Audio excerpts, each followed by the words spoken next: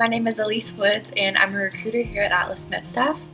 I can remember my first memories of nurses being very influential on not only myself but for my family as well. In about 2003, my grandfather was diagnosed with a pretty aggressive form of lymphoma, and pretty much from his time of diagnosis to the time that he did pass away was in about a year. So my family got the opportunity to get pretty close with our hospice nurse, Monica White. So I was pretty young at the time whenever he was going through this process, but I've grown up hearing stories just about everything she did to make him comfortable and answer any questions or concerns my family had, and just really be a voice for him and a guide for my family through this whole process. But I remember that my grandfather was a coach at the school for a pretty long time, and they named a field house after him. And she put together this big gathering for my family, and we were all going to go see it with him, and it was going to be really special. And unfortunately, he did pass away before he was able to see it, but just the time and the effort and the kindness for her to put that together was so sweet, and it's something my family still talks about today.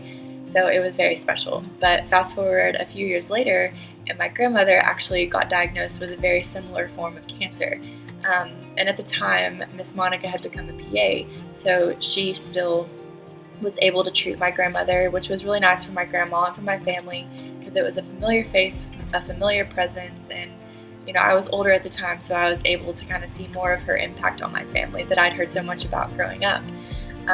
But she was just as kind and just as gentle as she was with my grandfather, did the same thing, was there at any moment that we needed her. And we still talk to her today. She'll text us and ask us how we're doing. I go get lunch with her, and she hasn't worked with my family in over 5 years, so it just shows how special and how influential she was on my family during a time when we really did need her.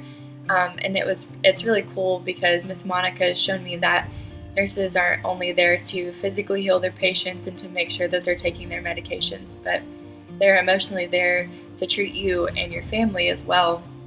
And I've seen so many nurses with similar character traits as Miss Monica, just in their kindness and their willingness to explain what's going on, and just their gentle nature, and just that they're there to tell you that it's going to be okay.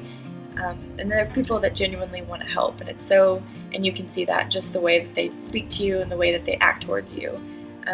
So I have the most respect and the most gratitude for nurses and their dedication to helping people that really truly do need them.